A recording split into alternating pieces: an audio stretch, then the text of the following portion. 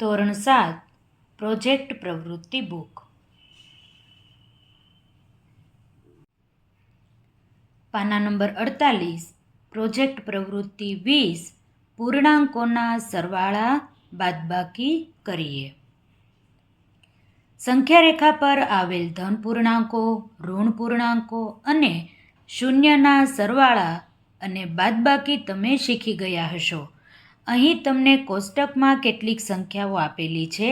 સંખ્યા 1 અને સંખ્યા 2ના ખાનામાં તમારી પસંદગીની સંખ્યા મૂકી વચ્ચે સરવાળા કે બાદબાકીનું ચિહ્ન મૂકીને ગણતરી કરી મેળવેલો જવાબ છેલ્લા ખાલી ખાનામાં લખો. અહીં તમે 2 કાંકરા સંખ્યા કોષ્ટક ઉપર પડવા દો. તે બંને જે ખાનામાં પડે તે સંખ્યાઓ પણ પસંદ કરી શકો છો. તમારું પોતાનું નવું સંખ્યા કોષ્ટક પણ બનાવીને તેમાં આપેલી સંખ્યાઓના સરવાળા બાદબાકી તમારી નોટબુકમાં લખો. આ એક સંખ્યા કોષ્ટક તમને આપેલું છે. તમારે 2 કાંકરા લેવાના છે અને આ કોષ્ટક ઉપર બંને કાંકરાને ફેંકવાના છે.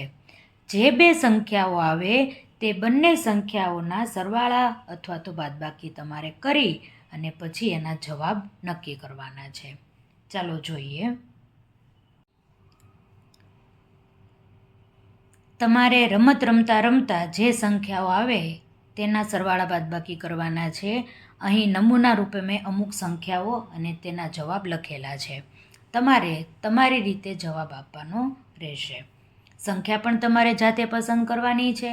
જવાબ પણ તમારે જાતે જ નક્કી કરવાનો છે.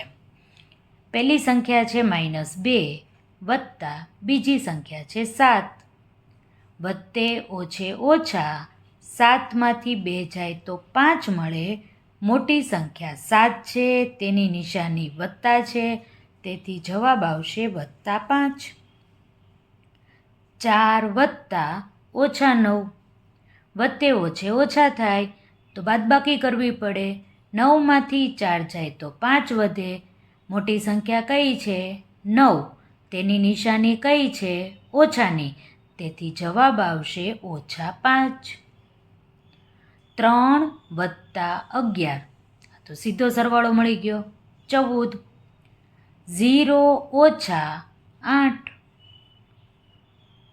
બાદબાકી કરવાની છે. 8માંથી 0 બાદ કરીએ તો 8 મળે, પણ મોટી સંખ્યા 8 છે, તેની નિશાની ઓછાની છે, તેથી જવાબ આપણને -8 મળશે. -12 ઓછા -1 ઓછે ઓછે વત્તા થાય, તેથી +1 થઈ જશે. -12 વત્તા 1 બંને નિશાની અલગ અલગ છે, બાદબાકી કરવી પડે. 12માંથી 1 જાય તો 11.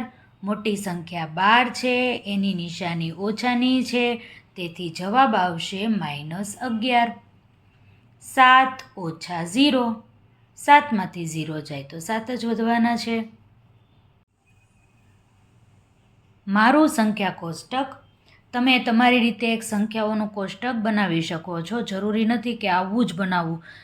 તમે તમારી રીતે ગમે તે સંખ્યાઓને ગોઠવી અને કોષ્ટક તૈયાર કરી શકો છો. આ કોષ્ટક તૈયાર કરીને તમારે જાતે રમત રમી અને તમારી નોટમાં સરવાળા કે બાદબાકી કરવાના છે.